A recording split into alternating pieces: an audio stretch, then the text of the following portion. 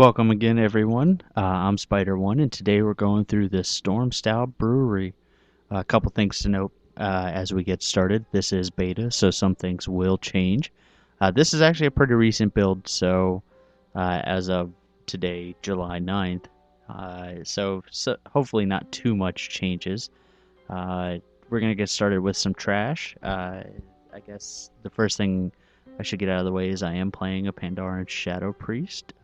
So let's get going. So we'll kill the first two trash mobs there. We got a druid tanking for us and actually a monk healing. So two monks in this run. These are the first big trash pool that you encounter. Nothing really you need to know about as far as the DPS.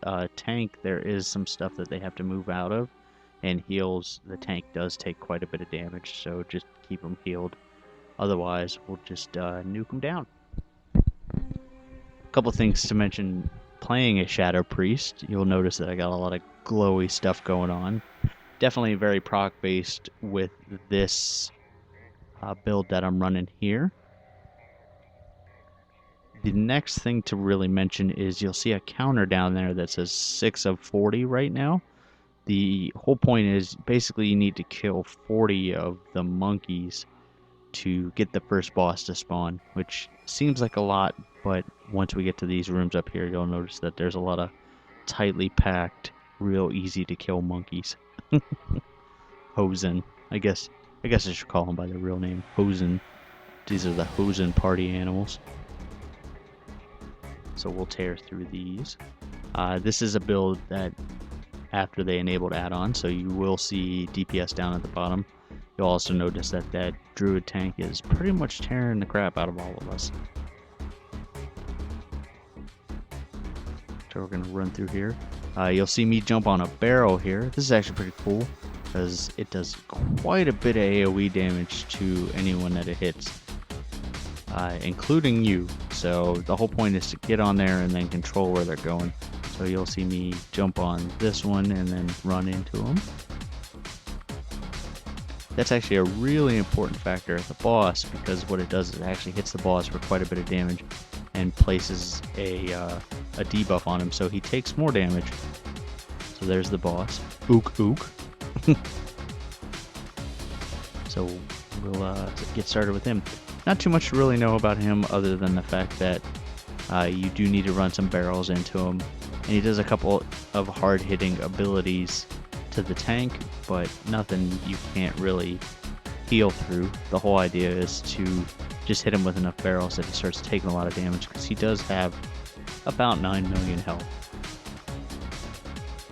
And as this is designed to be a level 85-86 dungeon, that's quite a bit of health for a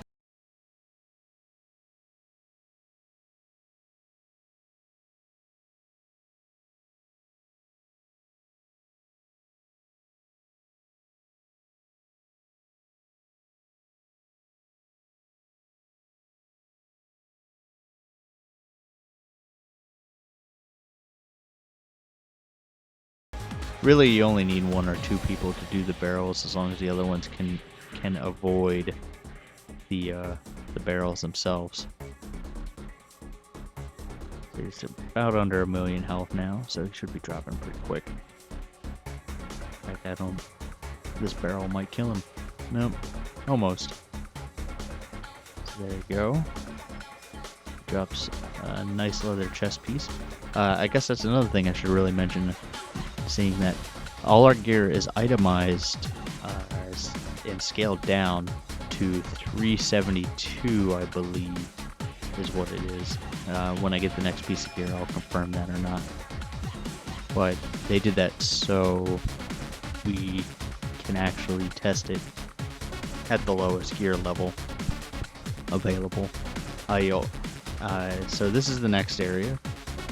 You'll encounter a bunch of little vermin, but the 2 main types you want to be concerned about are the bobber and the hop, and I think it's the hopling. The whole point is basically you need to kill these bobbers and they'll drop their hammers, and then you'll actually get an extra button that you can hit. For some reason with the add-ons I had installed, I don't actually get the extra button, so you'll see me move some stuff kind of looking around for it.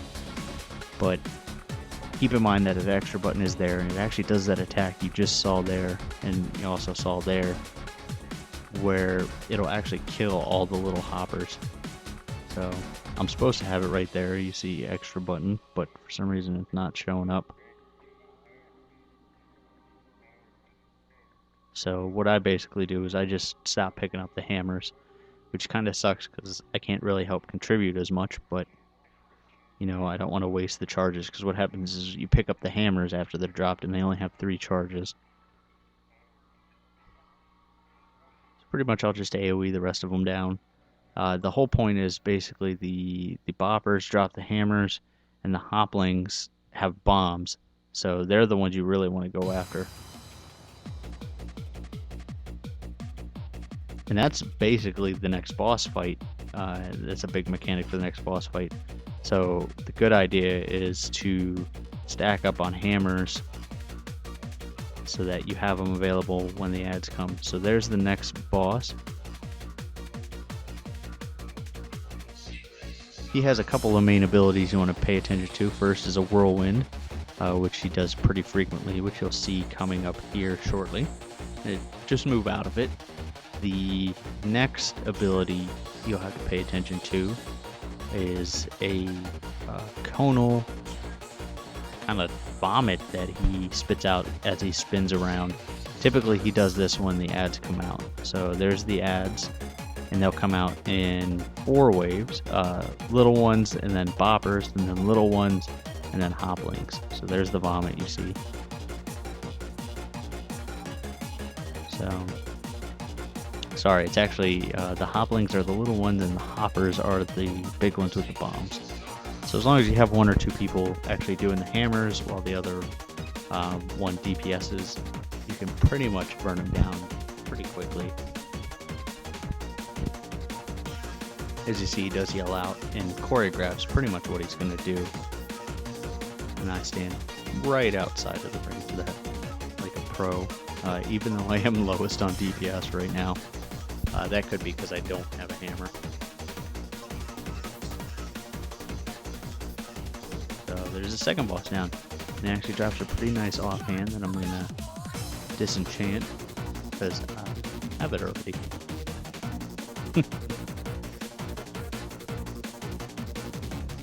Checking out the party. So now we're actually going to see a new model here, which is the Elemental. Kind of like a, I guess it's elemental, kind of like elemental, but a beer. This is another example of mob kind of teaching you as you go along. These mobs all have abilities that the final boss in this area is actually going to have. This one has an ability where it covers you and you have to jump or move to get that off of you, because what happens is once you get to 10 stacks, you actually become stunned quite a long period of time. So here's the next group of little ads. What these ads do, which I think we kill them. Oh, no, there you can see it there. They actually have a healing beam that you want to stand in front of to block. Now, I think somebody actually just stunned them, so. But that's important because for the boss, I can actually kill the boss up. Keep going here. And they did actually change this recently. There used to be ads all out here, but then they turned the area right before the last boss into sort of a gauntlet. Keep going. So now there's only 2 ads up here. These guys, the only thing they do is they drop puddles on the ground, which do damage. Excuse me. That you actually have to stay out of. Like all good things.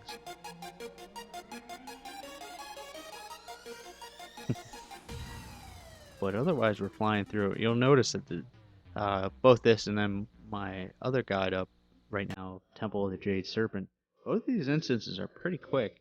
As you see, we're not over geared because we are tuned down, and we're flying through it. I mean, right now we're at the 10-minute mark, and we're already starting the pull for the last boss. Now, this is, like I said, just a gauntlet. You just go through the same abilities as you did before, just in a little quicker succession. As you see, I got 6 stacks there right away instead of 2. So, it's just because there were 2 mobs. We're going to burn these guys down. You pretty much just let the dots do their work as I jump up and down. So the next group, what we'll get is we'll actually get a bunch of the little guys with the healing beam. Like I said, a whole bunch of them. The whole point is to just pick a couple, focus them down. If your group is good enough, you can actually AoE them down. But I'd recommend focusing on a couple, just burning those down, and then maybe AoEing down the rest of them. As you see, I'm actually blocking a couple of these. I think at this point I'm going to start AoE. Yeah.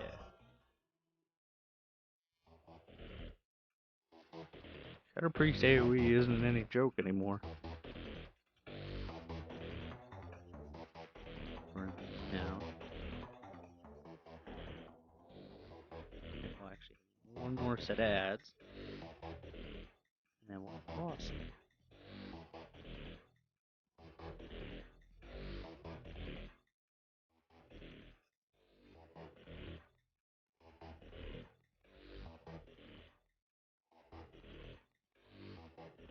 These guys are just the ones that drop the stuff on the ground.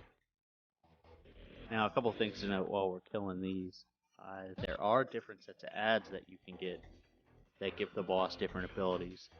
The one main one that comes to mind is the, what is it? It's like the beer wave or something like that. And pretty much what happens is two waves, basically like a cross, goes across the room. What you have to do is you actually have to jump to avoid it, and basically just time your jump right. Which unfortunately you guys won't get to see here. So now we're actually going to pull the last boss, which is Yanzun, the Uncasked. And what he does is, basically, he just has all those abilities that you saw before, plus maybe 1 or 2 extras. So, as you see, I had to do the jump to clear off the stacks, which for some reason I didn't clear off that last stack. And then he starts spawning little guys to A, do damage, and B, shoot at the healing wave. These don't have to be DPS down if you have a pretty coordinated group, but it definitely makes it a little easier on the group if they are. One thing to note that we kind of get away with here because we have a pet, but someone always has to be in melee range, otherwise he'll start throwing out these bolts. Now this is the one ability he does add, which is called Carbonation. Basically you need to run over to the bubble and pick up the bubble and get off the ground, because if you're on the ground you take a lot of damage. Which, as you see, the healer is just kind of healing the tank through it. Otherwise, we'll keep going. You might actually see me get stunned here in a minute, because at some point I forget to get rid of the stacks. I don't know if it's this video or one of the other ones I took. It might be this one, because I'm already at 8 stacks. Oh, maybe I'll get them off. Basically, when you become stunned, the whole screen gets dim and you can't move for like 8 seconds. It's a really long stun. I guess they want to punish you because it's so easy to get rid of. As you see, this is actually a pretty lengthy fight, just because there is a lot to manage. If you don't manage it, you can run into some problems. And I mean, it's not like we have bad DPS or anything. I'm pulling about 19k, and the Paladin's doing about 19, and the Druid's doing. So we're all right around 19k. Oh. As you see, healer just couldn't keep me up anymore.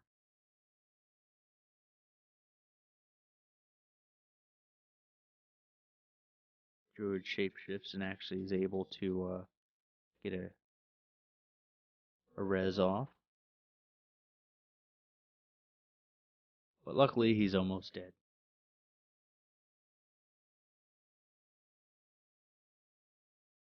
There you go, StormStout Brewery in the bag. So we got some plate and some leather, neither of which are good for me. So I hope you enjoyed the guide. As always, check out the other videos we've got on the channel. Ooh, with some leather shoulders. Sweet.